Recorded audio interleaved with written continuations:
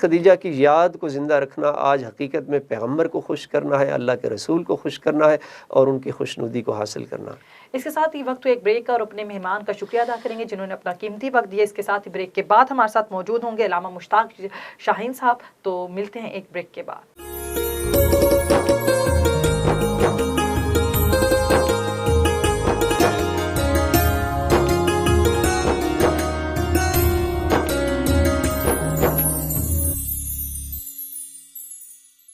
Welcome back, اور آپ کو خوش آمدید کہیں گے اپنے پروگرام میں۔ اور سب سے پہلے اپنے معزز مہمان کا آپ کو تعارف کرا دیتے ہیں۔ مفتی محمد مشتاق شاہین قادری صاحب ہمارے ساتھ موجود ہیں۔ آپ جامعہ مسجد زین العابدین میں درس و تدریس بھی کرتے ہیں۔ سب سے پہلے میں اپنے مہمان کا بہت شکریہ ادا کروں گی جنہوں نے اپنا قیمتی وقت ہمیں دیا۔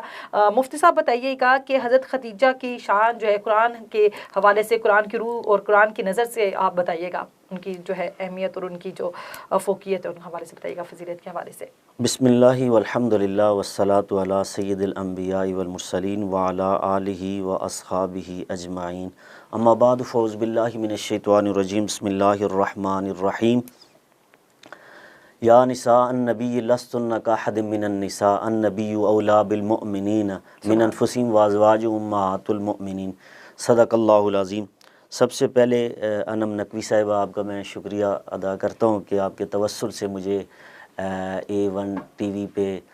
مجھے آپ نے مدعو کیا، اور پوری ٹیم کا شکریہ ادا کرتا ہوں آپ کی۔ تو اللہ تبارک و تعالیٰ ہماری یہ کاوش کو اور اس عظیم موضوع کو اپنی بارگاہ میں قبول و منظور فرمائے۔ ماشاءاللہ آپ نے بڑا عظیم موضوع رکھا ہے، سیدۃ النساء العالمین، اتنی عظیم خاتون کے حوالے سے، ان کے مناقب کے حوالے سے، شان کے حوالے سے، جو سب سے پہلی خاتون ہیں جنہوں نے حضور نبی کریم علیہ السلام کی ذات پر سب سے پہلا کلمہ شریف پڑھا، اور وہ ان کے بارے میں حضور نبی کریم علیہ السلام کے فرامین بھی میں قرآن و سنت کی روشنی میں بیان کروں گا۔ سب سے پہلے میں نے جو قرآن کی آیت پڑھی ہے یہ سورہ احزاب کی آیت نمبر 6 ہے۔ اس میں اللہ رب العزت نے ارشاد فرمایا النبی اولی بالمؤمنین من انفسہم وازواجہ امہات المؤمنین۔ اللہ تبارک و تعالیٰ قرآن مجید کے اندر ارشاد فرماتا ہے یہ نبی مومنوں کی جانوں سے بھی زیادہ قریب ہے۔ سبحان اللہ۔ اب یہاں پر ایک تو مسئلہ یہ ظاہر ہوا ہے کہ لوگ یہ کہتے ہیں نبی جان کے قریب نہیں ہوتا، نبی تو مومن کی جان کے قریب ہے، اور جو لوگ ہیں جو حضور کو دور مانتے ہیں کہتے ہیں نہیں وہ قریب نہیں ہے، تو یہ حضور کی محبت قلبی کا نام یہ نہیں۔ ایمان والا وہ ہوتا ہے کہ اللہ کہتا ہے کہ نبی مومنوں کی جانوں سے قریب ہے اور میں شاہ رگ سے بھی زیادہ قریب ہوں۔ یہاں پہلے حصے میں اللہ تبارک و تعالیٰ نے حضور کی شان کو بیان کیا، اور دوسرے حصے میں حضور کی ازواج کی طرف توجہ دلائی، فرمایا وازواجہ امہاتہم مؤمنین، کہ یہ جو نبی کی ازواج ہیں یہ ساری مومنین کی مائیں ہیں۔ اب جتنی بھی ازواج ہیں، روایات کے اندر آتا ہے کہ حضور نبی کریم علیہ السلام کی 11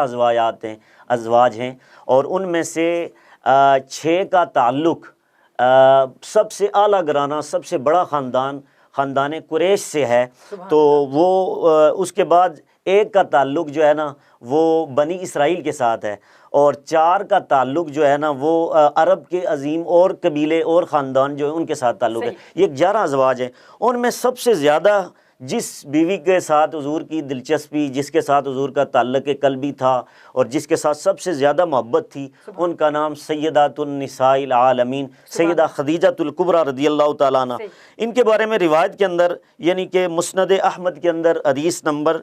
356 میرے نبی علیہ السلام نے یہاں تک فرمایا کہ خدیجہ سے بڑھ کر مجھے کوئی اچھی بیوی نہیں ملی، خدیجہ سے بڑھ کر مجھے کوئی بھی اچھی بیوی نہیں ملی، اس نے مجھ پر اس وقت ایمان لایا جب ساروں نے کفر کیا، میرا انکار کیا، اور اس خدیجہ نے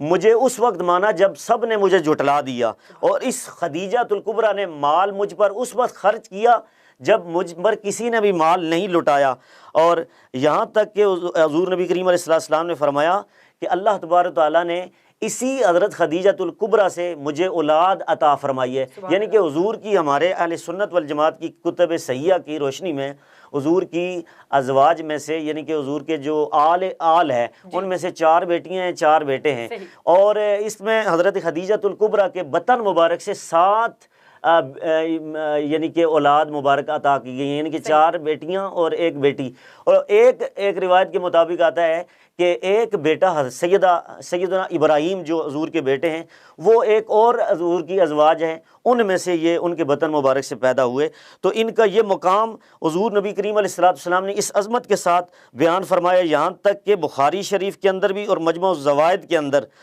یہ روایت موجود ہے کہ نبی علیہ السلام کی تمام اولاد یعنی شہزادے سوائے حضرت ابراہیم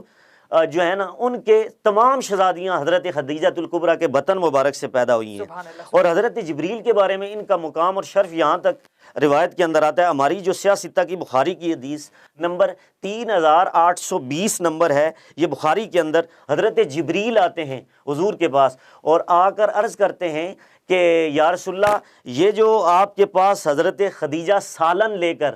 کھانا لے کر آئی ہیں، پینے کے لیے کچھ لے کر آئی ہیں، انہیں اللہ بھی سلام کر رہا ہے اور میں بھی سلام کر رہا ہوں، اور اللہ کی طرف سے میرا بھی پیغام، اللہ کی طرف سے سلام اور میری طرف سے سلام، اور اللہ کی طرف سے پیغام اپنی اہلیہ اپنی زوجہ محترمہ حضرت خدیجہ الکبریٰ کو یہ عطا فرما دیجئے کہ اللہ حکم ارشاد فرمائے، اے خدیجہ میں نے تیرے لیے جنت کے اندر موتیوں کا مال تیار کر کے رکھا ہے۔ سبحان اللہ، سبحان اللہ۔ تو بتائیے گا کہ قرآن کی روشنی میں جو ہے ان کی فضیلت کیا ہے؟ حدیث کی روشنی میں تو آپ نے بتائی، قرآن کی فضیلت جو ہے، قرآن کی روشنی میں فضیلت ذرا بیان کریے کرامہ صاحب۔ قرآن کی روشنی میں یہی جو میں نے قرآن کی آیت پیش کی تھی، یہ سورہ نساء سورہ احزاب کی آیت نمبر 6، اس میں تمام نبی کریم علیہ السلام کی ازواج کی شان بیان کی، اور اس میں سب سے زیادہ عظمت جو بیان کی گئی ہے وہ پہلی زوجہ محترمہ حضرت خدیجہ، اور اسی آیت کا مصداق یہ سب سے پہلی ازواج میں یہی شامل ہیں جو آیت نمبر 6 میں آ رہا ہے۔ صحیح۔ تو بتائیے گا کائنات انسانیت کی تمام جو عورتیں ہیں ان میں ماں جميع ازواج مطہرات ہیں، ان کی حضرت خدیجہ میں کیا جو ہے، حضرت خدیجہ کو کیوں انفرادیت حاصل ہے؟ ایسا کیا ہے اس میں ان کی ایسی کیوں کیا شان ہے، ایسے کیا ان کے جو ہے کارنامے ہیں جو ان کو اتنی انفرادیت حاصل ہے نبی پاک کی زندگی میں بھی؟ سب سے پہلی فضیلت یہ ہے محترمہ کہ اللہ رب العزت نے حضور نبی کریم علیہ السلام کے نکاح میں، عقد نکاح میں ان کو کیا، یہ ان کی سب سے بڑی فضیلت ہے اور حضور کی زوجہ محترمہ کہلائی۔ دوسری سب سے بڑی فضیلت انفرادیت یہ ہے کہ ساری اولاد ان کے بطن مبارک سے پیدا ہوئی، یہ دوسری فضیلت ہے۔ اور اس کے علاوہ حضور نبی کریم علیہ السلام نے خود ان کی فضیلت بیان کرتے ہوئے فرمایا کہ میں سب سے زیادہ جس بیوی سے پیار کرتا ہوں اس کا نام خدیجہ الکبریٰ ہے، اور اس سے بڑی عظمت کی بات کیا ہو سکتی ہے کہ جس نبی سے اللہ پیار کرتا ہے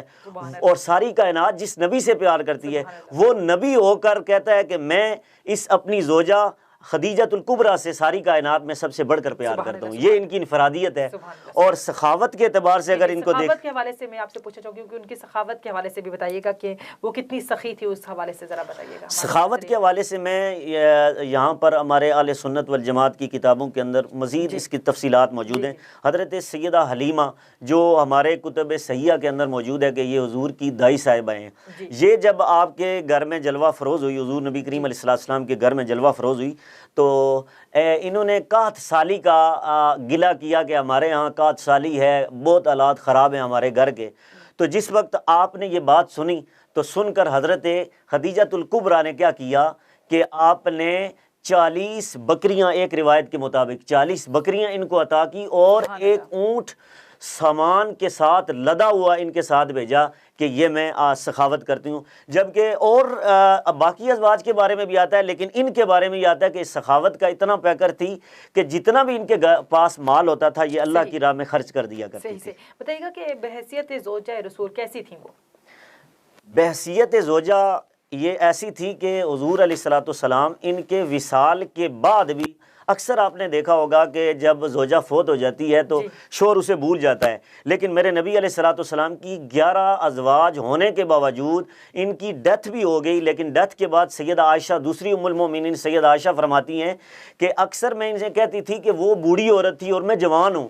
لیکن اس کے باوجود آپ اس کا تذکرہ کرتے رہتے ہیں، حالانکہ اتنی خوبصورت ہوں، مجھے اللہ تعالیٰ نے حسن بھی دیا، تو وہ اس کے چہرے پہ جھولیاں بھی پڑی ہوئی ہیں، لیکن اس کے باوجود آپ اس کا تذکرہ کرتے رہتے ہیں۔ تو حضور نبی کریم علیہ السلام نے فرمایا عائشہ یہ وہ خدیجہ الکبریٰ ہے کہ جس وقت ساری کائنات نے میرا انکار کر دیا تھا تب بھی اس نے میرا اقرار کیا تھا، جب ساری کائنات نے مجھے جھوٹا کہہ دیا تھا، جھٹلا دیا تھا، اور اس نے سب سے پہلے مجھ پر اسلام قبول کیا اور مجھ پر اس نے ایمان لایا تھا، تو میں اس کا تذکرہ کیوں نہ کروں، یہاں تک کہ حضور نبی کریم علیہ السلام کی اتنی محبت ان کے ساتھ تھی کہ وصال کے بعد بخاری شریف کے اندر حدیث نمبر 3816 نمبر ہے، ہماری بخاری شریف کے اندر حدیث ہے کہ حضور نبی کریم علیہ السلام ان کی جو سہیلیاں تھیں حضور ان کے ساتھ تو محبت اتنی تھی کہ ان کی جو وصال کے بعد سہیلیاں بھی ان کے گھر میں جب آتی تھی تو گھر میں حضور نبی کریم علیہ السلام ان کو تحفہ دیا کرتے تھے، ان کو ہدیہ دیا کرتے، یہاں تک کہ روایت کے اندر آتا ہے کہ گھر میں اگر کوئی بکری وغیرہ ذبح کرتے تو اس کا چمڑا بھی نہیں اتارتے تھے، صحیح سالم اس بکری کو ان کی سہیلیوں کے گھر میں بھیج دیا کرتے تھے۔ اتنی محبت تھی کہ یہ ان کے ساتھ محبت کا تقاضا تھا کہ تم میری اس اہلیہ کی سہیلیاں ہو، ان کی فرینڈز ہو، کہ جس کے ساتھ مجھے اتنا پیار ہے کہ جب تم میرے گھر میں آ گئی اب مجھے اس کی یاد آ گئی ہے۔ تو اس کی وجہ سے حضور علیہ السلام بھی اسی طرح سخاوت کا پیکر بن کے ان کے گھر میں کچھ نہ کچھ بھیج دیا کرتے تھے۔ سبحان اللہ سبحان اللہ۔ علامہ صاحب بتائیے گا کہ کس سال کو نبی کریم صلی اللہ علیہ وآلہ وسلم نے عام الحزن غم کا سال قرار دیا؟ عام الحزن کا سال وہی قرار دیا جب سیدنا حضرت ابو طالب علیہ السلام ان کا وصال ہوا، پھر ان کا وصال ہوا، جب وصال ہوا تو اس وقت عام الحزن کے دور پر یہ حضور علیہ السلام پر بڑا ہی مشکلات کا وقت تھا کہ جب ہر طرف سے جن لوگوں نے ساتھ دیا وہ ساتھ چھوڑ کے چلے گئے، دنیا سے چلے گئے، تو یہ عام الحزن کا دن تھا حضور کے لیے جب سیدہ خدیجۃ الکبریٰ آپ کا وصال ہوا، 10 رمضان المبارک کو آپ کا وصال ہوا تھا، تو یہ عام الحزن سب سے بڑا دن تھا حضور علیہ السلام کے لیے۔ تو کیا حضرت ابو طالب اور بی بی خدیجہ کے وصال سے زیادہ کسی اور کا سوگ بھی نبی پاک نے اسی طرح منایا؟ یہاں تک کہ میری روایت کے مطابق، میرے ذہن کے مطابق اور علم کے نالج کے مطابق اتنا سوگ حضور نبی کریم علیہ السلام نے کسی زوجہ کے بارے میں نہیں بنایا جتنا حضرت خدیجۃ الکبریٰ اور سیدنا ابو طالب علیہ السلام کے بارے میں انہوں نے اس طرح کیا کہ اتنا سوگ بنایا اور یعنی کہ ان کو یاد کیا۔ صحیح۔ علامہ صاحب بتائیے گا کہ کیا آج کل معاشرہ آپ دیکھ رہے ہیں کہ بڑی عمر کی لڑکی اگر ہو جائے یا 1-2 سال یا کچھ ماہ بھی بڑی ہو تو شادی نہیں کرتے لوگ، تو شرعاً یہ کیسا ہے؟ اور نبی پاک نے بھی حضرت خدیجہ سے جو ہے اپنی سے بڑی عمر کی عورت سے شادی کی تھی، تو اس حوالے سے ذرا بتائیے گا۔ اس حوالے سے میں یہی کہوں گا کہ حضور نبی کریم علیہ السلام نے اگر اپنی بیٹی حضرت فاطمہ جو دیکھیں جنتی عورتوں کی سردار ہیں، ان کے لیے قیامت کے دن کیا نہ کیا معاملہ اللہ رب العزت کرے گا، وہ اتنی عظمت والی بیٹی جن کے صدقے جن کا نام لینے والا بندہ اور جن کا نام ہی ایسا اللہ رب العزت نے رکھا فاطمہ کہ جن سے محبت کرنے والا بندہ جہنم میں جا ہی نہیں سکتا، تو انہوں نے جب اپنی بیٹی کا نکاح کیا تو غالباً روایت کے ہماری اہل سنت کی کتابوں کے اندر موجود ہے کہ ان کی شادی جب کی تو ابھی ان کے بلوغ ہونے سے تقریباً ایک ہی دن گزرا تھا کہ سیدنا مولا علی پاک رضی اللہ تعالیٰ عنہ علیہ السلام ان کے ساتھ ان کا نکاح ہوا۔ تو ایک روایت کے مطابق یہ آتا ہے کہ جلد از جلد اپنی جو ہے نا بیٹیوں کی شادی کر دینی چاہیے، اور دوسرا اگر کوئی زیادہ عمر والی ایج والی عورت ہے، یہ بھی ہماری حضور کی سیرت میں یہ ملتا ہے کہ جس طرح سیدہ خدیجہ ام المؤمنین خدیجۃ الکبریٰ کے ساتھ حضور نے یعنی کہ جس وقت حضور کی 25 سال عمر تھی اور آپ کی 40 سال عمر تھی تو آپ نے شادی کی اور کر کے بتایا کہ اگر تم سے بڑی عمر کی بھی لڑکی ہو تو تم اسے قبول کر لو۔ سبحان اللہ، ایسے ہی ہے۔ اور جیسے کہ بی بی خدیجہ صلی اللہ علیہ السلام علیہ نے نبی پاک صلی اللہ علیہ وآلہ وسلم کو اپنا جو ہے خود رشتہ بھیجا تھا، تو اسلام اس کی بھی اجازت دیتا ہے، تو شرعاً اس چیز کو کیسے دیکھتے ہیں کہ کوئی پیرنٹس جو ہیں لڑکی کے والدین رشتہ بھیج سکتے ہیں لڑکے والوں کی طرف؟ جی، اس حوالے سے قرآن و سنت میں ہمارا یہ اس کا ثبوت بھی ملتا ہے۔ قرآن مجید کے اندر سورہ نساء کی آیت نمبر 3 میں اللہ قرآن میں واضح مرد اور عورت کے بارے میں خود کہتا ہے، یہ نہیں کہ صرف وہاں مردوں کے بارے میں کہا گیا ہو اور عورتوں کے بارے میں نہیں، بلکہ لڑکا اور لڑکی دونوں کے بارے میں قرآن کہتا ہے فَانْكِحُوا مَا طَابَ لَكُم مِّنَ النِّسَاءِ مَثْنَىٰ وَثُلَاثَ وَرُبَاعَ، پس جو بھی تمہیں لڑکا لڑکی پسند آ جائے، لڑکے کو لڑکی پسند آ جائے اور لڑکی کو لڑکا پسند آ جائے تو اس سے نکاح کر لو، 1 سے کرو، 2 سے کرو، 3 سے کرو، لیکن آگے اللہ تبارک تعالیٰ نے کچھ شرطیں بلائی کہ ان چاروں کے درمیان اگر تم عدل کا تقاضا کر سکو تو تب، ورنہ تمہارے لیے ایک ہی کافی ہے۔ تو اس اعتبار سے میں یہ میسج دوں گا کہ جو ہے نا شادی کے لیے خود جو لڑکی اور لڑکا ولی ہیں وہ خود اختیار رکھتے ہیں، اگر وہ کسی سے کرنا چاہیں اپنی پسند کی شادی تو بالکل جائز ہے، کیونکہ حضور کی حدیث ہے ابو داؤد شریف کی کہ حضور نے فرمایا تزوج الودود الولود، تم ایسی لڑکی سے شادی کرو جو تم سے محبت کرنے والی بھی ہو اور ولود بچے پیدا کرنے والی بھی ہو، فإنی مکاثر بکم الامم، اس لیے کہ جب وہ زیادہ بچے جنے گی محبت کرے گی تو تمہارے ہمارے گھر میں اختلاف نہیں پیدا ہوں گے، اور جب بچے زیادہ جننے والے ہوگی، پیدا کرنے والی ولود ہوگی، تو اس سے میری امت میں کثرت ہوگی، اور قیامت کے دن سارے نبیوں کی امت کے معاملے میں کثرت امت کی وجہ سے میں قیامت کے دن فخر محسوس کروں گا۔ تو اس لیے حضور نے فرمایا تم محبت کرنے والی لڑکی سے، تو اس لیے یہاں تک کئی روایت موجود ہیں کہ حضور نبی کریم علیہ السلام نے فرمایا کہ شادی 4 چیزوں سے دیکھ کے کی جاتی ہے، یا حسن و جمال، حسب اور نسب، اور مال کی وجہ سے، اور اس کے دین کی وجہ سے۔ لیکن میں تمہیں یہ کہتا ہوں کہ تم نے دین کو اپلائی کر کے کسی سے شادی کرنی ہے، نکاح کرنا ہے۔ بے شک نبی پاک جو ہے ہمارے لیے اسوہ حسنہ ہے۔ تو بتائیے گا علامہ صاحب کہ جو ہے بی بی خدیجہ کی شہادت، وفات کیسے ہوئی؟ وفات کے بارے میں یہ روایت کے اندر آتا ہے، میں نے اس پہ تفصیلی ایک لیکچر بھی دیا تھا، لیکن مختصراً یہ کرتا ہوں کہ 10 رمضان المبارک آپ روزے کی حالت میں تھی، صحیح، اور اسی حالت میں آپ نے حضور نبی کریم علیہ السلام سے چند کلمات ادا کیے، اور کچھ باتیں ہوئی وصال سے قبل، اور اس کے بعد آپ کا وصال ہو گیا۔ صحیح، تو کیا ایسی کیا وجوہات تھی کہ جو مطلب آپ کی وفات ہوئی، شہادت ہوئی؟